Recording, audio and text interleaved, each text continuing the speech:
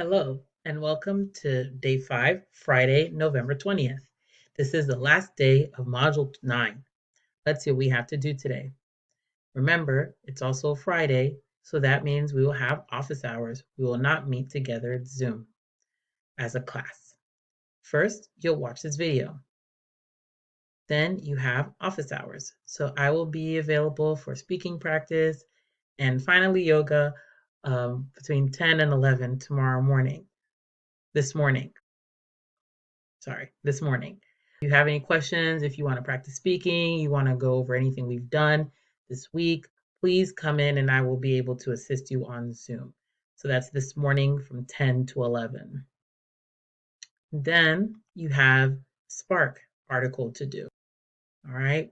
We're almost at the end of the month, so please make sure you get your Spark articles in at 75% the first try.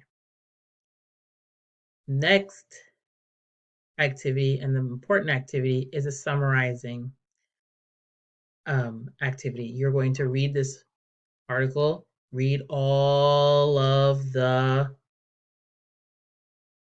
directions before you start, and then you will summarize, paraphrase some paragraphs. All right. And that's it. If you have any questions, you know how to find me. Good luck.